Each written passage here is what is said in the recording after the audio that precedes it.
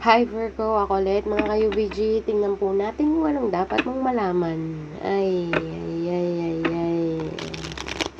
Malungkot na masaya. Virgo, travel. Nakita ko yung chariot card. So, tingnan po natin Virgo kung anong dapat mong malaman. Virgo Collective, Sun, Moon, Rising, in Venus sign. Para po sa hindi makaka-resonate, better luck next time po Virgo.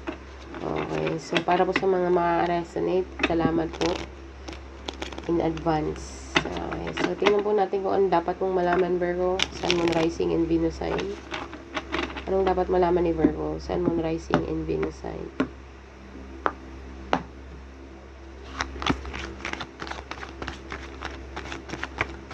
What do we have for my Virgo, Sun, Moon, Rising, and Venus sign?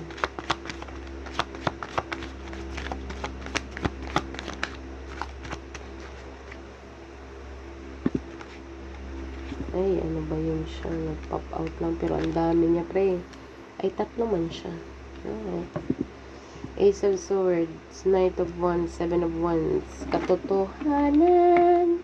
Ang dapat mong malaman, Virgo, may katotohanan kang malalaman dito. With the Two of Cups, my God, love na naman. Hey, the Queen of Wands. Virgo, Ace of Swords. Ace of Swords is all about the truth. Aha moment, clarity. Okay. Business endeavor can represent sometimes. Pero overall energy natin is the Two of Cups eh. So, meron kang katotohanan dito na madidiscover or malalaman or i-communicate sa'yo like harapan or basta meron ka ditong malalaman. With the Knight of Wands. This is my fast card, passionate card. Sometimes can represent wishy-washy card, player type, energy card. Okay. Depende sa clarification niya. Kasi sometimes negative ang paningin ko dyan sometimes. Sometimes. Depende sa clarification. So, don't shoot the messenger. Iba-iba po ang perception ng reader sa mga card using their intuition. So, Seven of Wands. Seven of Wands is fighting for something that you want, for something that you believe. Okay. So, maraming against, maraming naysayer, but you are on the high ground. Di naman nila nakikita kung ano nakikita mo eh. Nasa baba sila eh. So, tahol sila ng tahol. Hindi naman nila makita kung anong nakikita mo sa kalawakan, Virgo. So, yun ang nakikita ko dito. There is a truth that is going to be revealed, Virgo. Yun ang nakikita ko. Clarify the Ace of Swords. Clarify the Ace of Swords, Virgo. Sun, Moon, Rising, and Venus sign. Clarify the Ace of Swords.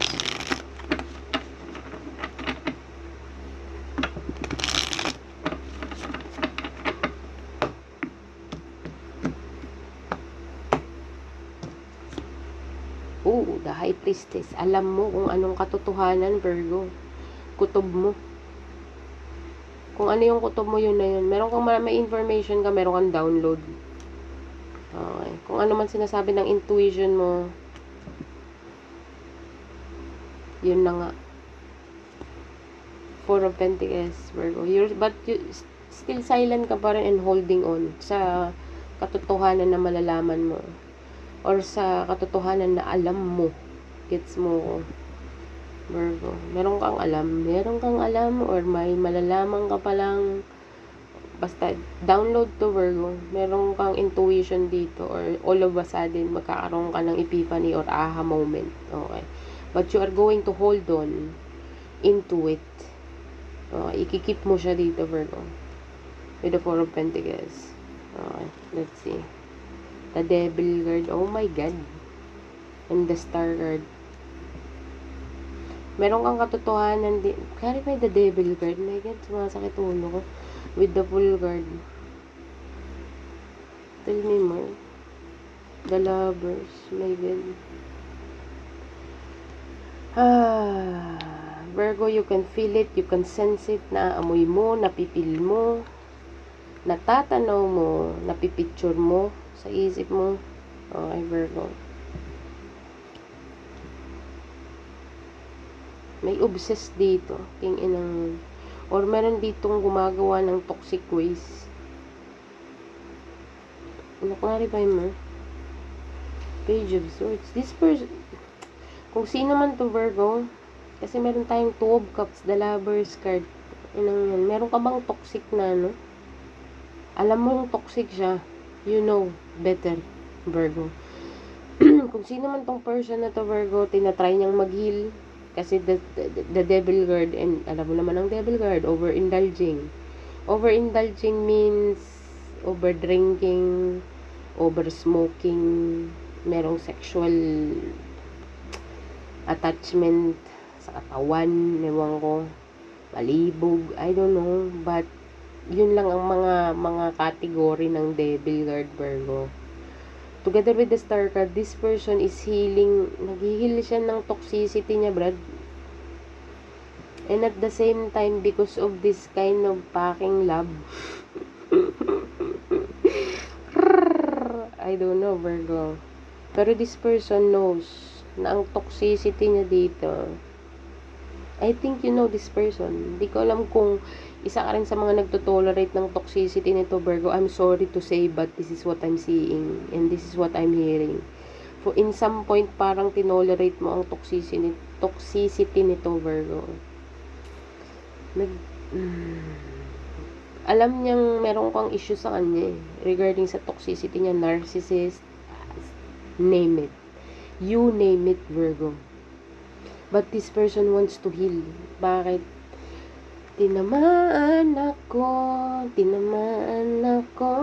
The Lover's card and the Two of Cups together with the Bull card. This person is like, nasa cloud 9 siya, Virgo, thinking about you, like, spying on you, obsessively obsessed.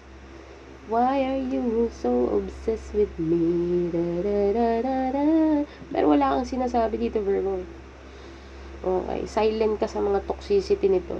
I mean, alam mo kung ano, hanggang mula scalp, dulo ng buhok, papuntang ingron, Virgo, ng taong to. Alam mo. And in some point, parang feeling ko tinolerate mong toxicity nito eh. So, Virgo, it's up to you. Yun ang nakikita ko dito. Kung sino man yan sa'yo, you know something about this person. Or magkakaroon ka pa ng mga idea or makaka-discover ka pa ng mga toxic traits nitong person na to. But at the same time, this person is obsessed.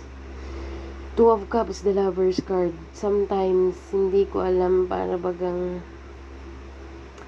the Lover's card sa 3 cards na to, parang sa 2 cards na to, parang feeling ko, Virgo, gusto niyang tigilan yung toxic ways niya. Gusto niyang mag-heal. Kasi healing card ko tong star card eh. Okay. Ayaw niyang magkaroon ka ng destination sa ibang relationship. Okay.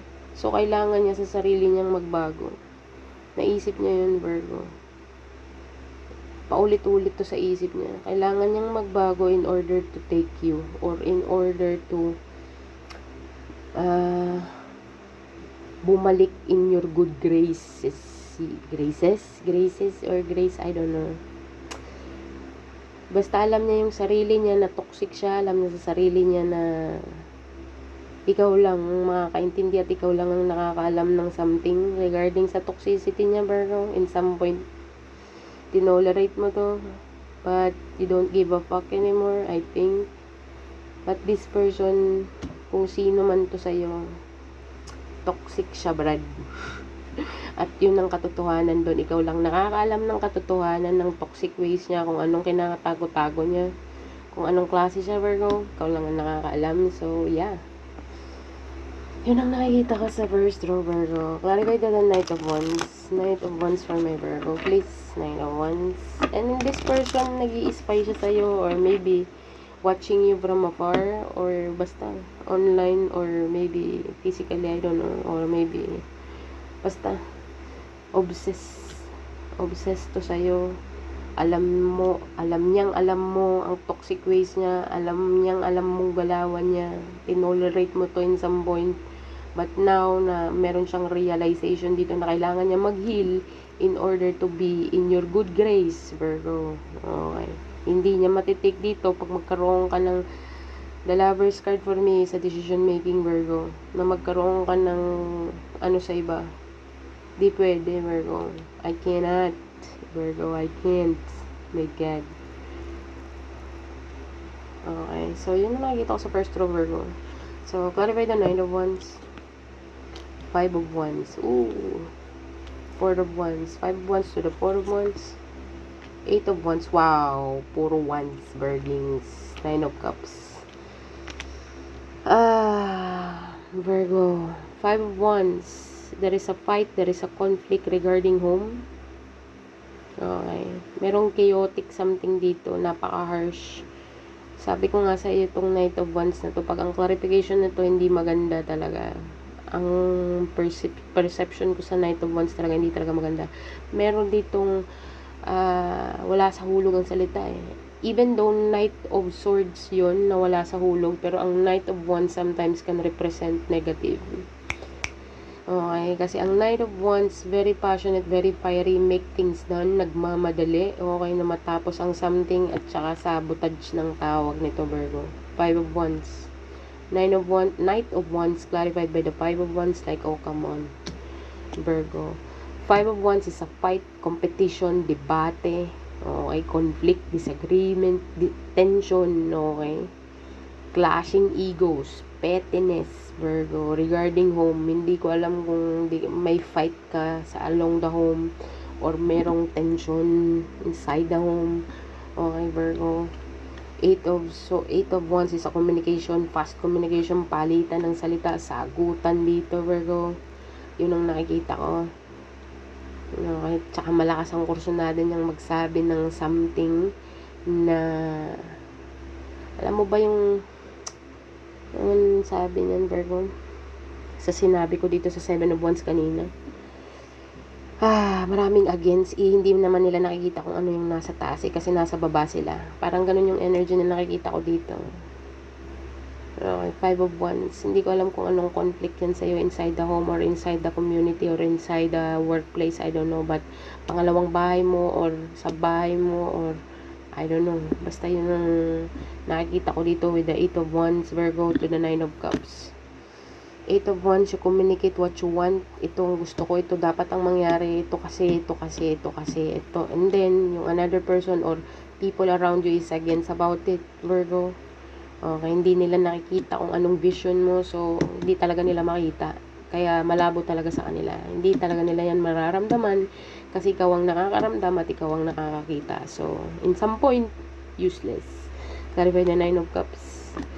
Nandito na nga siya. Lumabas na. Knight of Swords. Okay. Knight of Swords talaga palitan ng salita to, Virgo. Hindi ko alam kung sinong kaklashing mo. Okay, pero kung sino man siya, ang taas ng ego, ang taas ng pride, okay, hindi ko alam kung ikaw to, Virgo, o the person that you are connecting with, or hindi ko alam kung co-worker, friends, family, lovers, I don't know, but inside the home, inside on something, or workplace, or, ayaw ko, hindi ko alam.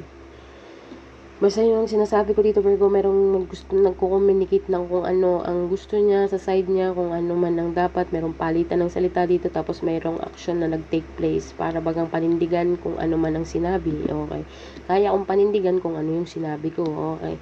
And those people na against sa another person, wala na rin silang magagawa, kundi magkaroon ng conflict sa sarili nila, okay. But meron ditong equal give and take, meron ditong palitan ng salita, okay, Virgo. Maybe walang equal give and take, kaya ganito ang nangyayari. Clashing, ego, sagutan, sigawan. This is a fight for me, Virgo. And the another person is just like wala sa hulog yung communication niya, nanginginig yung boses niya or what or something dito. Gusto niya lang i-address kung ano man ang gusto niya, tapos ang sabi naman, panindigan mo, okay, fine. Okay, yun ang nakikita ko dito sa second row, Virgo. Clarify the 7 of Wands, 6 of Pentacles, Virgo, the Moon Guard, 10 of Swords, and the Ace of Swords. So, Virgo, with the Moon Guard is being here, meron ka talagang nakikita dito, or 6 of Pentacles is my generosity card, okay? The Moon card is my secret card and mystery card, okay? With the 10 of Swords and the Ace of Swords, Virgo, hindi ka nila talaga makita. Hindi nila makita kung ano nakikita mo, Virgo. But at the same time, with the Six of Pentacles, you are being generous to yourself. Because with the Ten of Swords, you've had enough. Okay. Okay, so and that's the truth. Okay, yan ang katotohanan na puno ka na, sagad ka na. Ace of Swords with the Ten of Swords, that's the truth. Okay. So, yun ang nakikita ko dito, Virgo. And, yun ang nasa nararamdaman mo sa loob-loob mo. Puno ka na. Okay. It's time to give to myself or being generous to yourself, Virgo. Okay. With the Ten of Swords is a betrayal. Okay, Virgo. Feeling hit rock bottom. Okay. But the truth, lumabas ang katotohanan. Para bagang nakrak ka, Virgo. Tapos, may lumabas na, parang nakrak tapos merong lumabas na bago. Ano yung basta yun na yun. Hindi ko ma-explain kung ano nasa isip ko. Basta yun na yun. Okay. So, hindi ko alam kung naging mabait ka na sa sarili mo or na-realize mo na kailangan mong maging mabait sa sarili mo, Virgo. Hindi mo kailangan na tawag yan, i-stab mo yung back mo lagi or someone around you or maybe, I don't know. Basta you feel stabbed in the back, you feel something kind of way. Okay, Virgo. So, ang katotohanan dito lumabas regarding sa sitwasyon na mahirap. Okay. Ano bang tawag yan? Kumbaga yung nag-spray ka ng pang-spray sa ipis tapos naglabasan yung katotohanan. Yung parang pagbasok mo ng bahay, kala mo ang ganda niya. Ang ganda niya. Tapos malinis. Ganyan. Tapos yung the moment na nag-spray ka, like pang-insekto, ang daming lumabas spray. Tapos, naging new ulit. Okay, para bagang nalabas lahat ng mga dyan. Yun ang nakikita ko sa vision ko, Virgo. And then, parang feeling ko sinasabi mo sa sarili mo dito, sinasabi mo sa loob-loob mo na I need to prioritize myself. But, Six of Pentacles is a generosity card, giving card, very mapagbigay na card, okay. Energy, pagmamahal, or kahit na ano pa man, pero sometimes it can represent that dalawang scenario ang nakukuha ko sa card na to. Okay. Nagsishare ka ng energy mo elsewhere. Okay. Meron ditong isang nagbibeg. Nagmamakaawa ng attention mo. Habang nagbibigay ka dun sa kabila. Okay. Maghintay ka man, pre. Okay, relax ka lang. Or maybe someone is thinking about you are giving your energy somewhere else. Yun ang scenario, dalawang scenario na nakikita ko. Or, nag-iisip ka na kailangan mong maging mabait sa sarili mo muna. Okay. Yung nakikita ko dito, Virgo. So, let's see what is the advice. Give me advice for my Virgo, please. What is the advice? Two of Cups, Virgo, at the bottom of the deck. This is an equal give and take relationship, Virgo. Two of Cups. You fulfill each other cup. Okay. In some point. Okay. Kung sino man to para sa'yo. Para po sa mga Virgo na hindi makaresonate, better luck next time po. So, this person sees you like other half. Let's say, past life person. Okay. Or, in some point, ginawa kayo as one. Or maybe you are one. Tapos hinati kayo. Para bang pinagbiyak na, I don't know. Virgo, basta yun ang nasa isip ko dito. So, let's see. Advice card for my Virgo, please. What is the advice? Para po sa mga hindi makaka-resonate, better luck next time po, Virgins. So, let's see. Let's see. Prosperity lies ahead, Virgo. Have faith in your dreams, Virgins. And surrender to the divine. Hindi ko alam kung para saan yun sa'yo. And expect some powerful change. So, yes, Virgins. Sana po ay nalinawan kayo at hindi ko kayo na-confuse. So, bahala na po kayo kung saan kayo dyan. So, tingnan po natin kung anong angel message number mo, Virgo. Angel message number for my Virgo, please. What is the angel message for my Virgo? Angel message for my Virgo, please. 399. So, 399, Virgo, Google mo siya. Angel message number 399. Virging, so, yeah. Sana po ay hindi ko kayo na-confuse. So, this is what I have for you, Virgo. Thank you for being here. Thank you for watching, and bye for now.